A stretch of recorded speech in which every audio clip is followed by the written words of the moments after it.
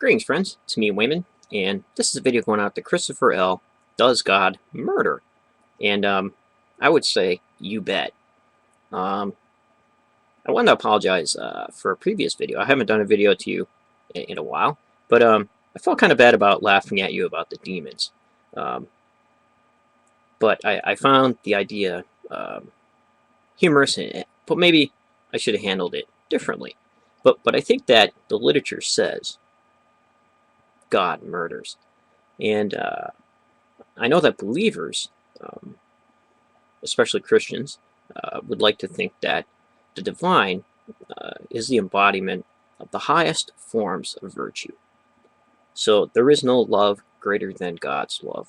There is no justice greater than God's justice, and so forth. However, in the literature, we find God committing unjust acts.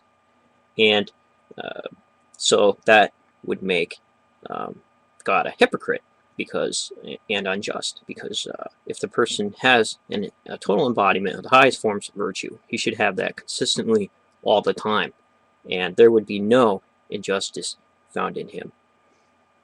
So I guess probably one example would be the evil spirit of the Lord being sent to people.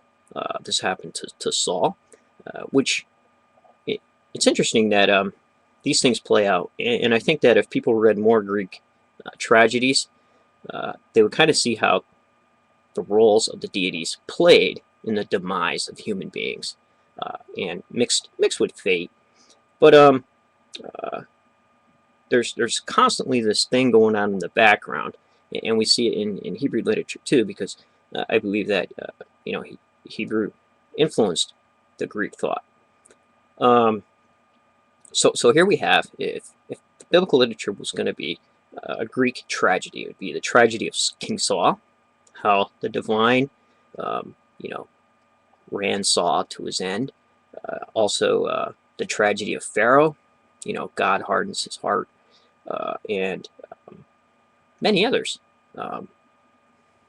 Samson commits suicide, the tragedy of Samson, how he's victorious in the end, but still he meets his end through this interweaving of divine and fate. So it's really interesting, and I think that one of the things that people miss is the fact that God creates a false hope sometimes, if you believe in God. And optimism is probably man's worst enemy. And if you read the play Prometheus, he's chained to the rock unjustly by Zeus. So if you read that play and then think about a lot of the stuff that God ends up doing and gets away with in the Old Testament, you'll see very clearly that God has his own problems with virtue, just as men do. And one, Abraham calls him out on this virtue of justice. Far be it from you to do such a thing, to kill the righteous with the wicked, treating the righteous and the wicked alike. Far be it from you. Will not the judge of all the earth do right? You find that in Genesis 18. So Abraham talks him down, to like 10, but he could have went to 1, because Lot lived there in the city. He could save the whole city, but he chose to stop out of fear.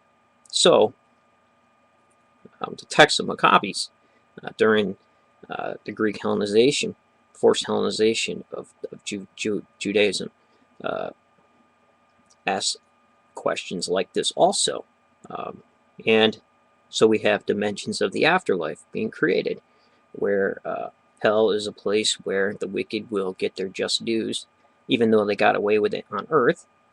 And heaven is a place where people would be rewarded, even though they were persecuted and suffering here on earth by the perceived tyrant of the deity, and chained to the rock as Prometheus.